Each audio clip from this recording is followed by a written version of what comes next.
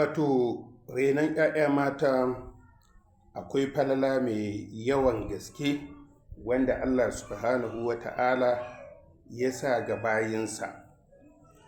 Wato dukan wanda Allah ya bashi 'ya'ya mata ya riƙe su ya kula da su har suka girma, to lallai za su zama sababi a gare shi shiga aljanna. Mu daina wulakanta 'ya'ya mata ga duk wanda aka bashi su ta hanyar haihuwa.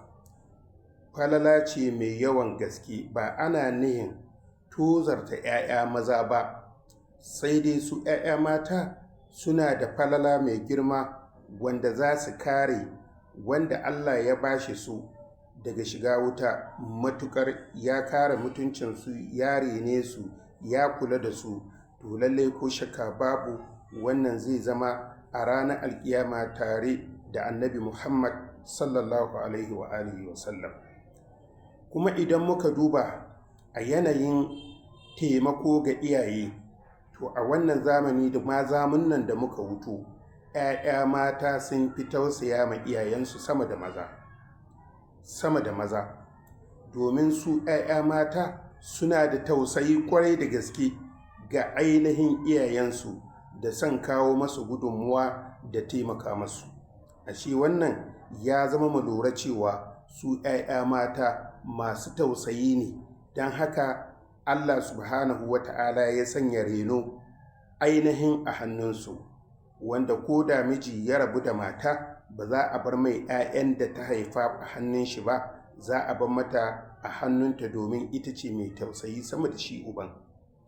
Mu kula, 'ya'ya mata ba a son a tozarta su.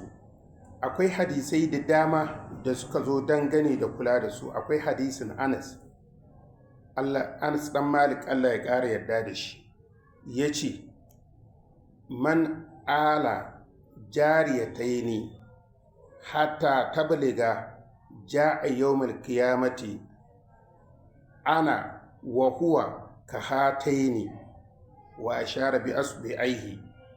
Manzon Allah sallallahu alaihi wa sallam ya ce, wanda duk ainihin ya riƙe 'ya'ya mata ya kula da su, ya rene su hatta tabliga har suka girma su waɗannan 'ya'ya mata ɗin, manzon Allah ya ce ja'a yawmal qiyamati, za ya zo a ranar alƙiyama, ana ni wa huwa da shi ka hataini, kamar waɗannan yatsun guda biyu. Sai manzon Allah ya harɗa, ya gwama ainihin yatsunsa guda biyu haka, ya haɗa su haka.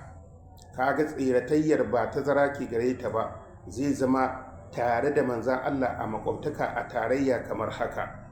Ya ce haka zai zo ranar alkiyama. Shine sai manzan Allah ya yi ishara wa ashara bi asbi'aihi, ya yi ishara da yatsunsa guda biyu haka. Ashe kaga wannan ba ƙaramin falala bace, ya ku 'yan uwa musulmai. Kar mu zama kamar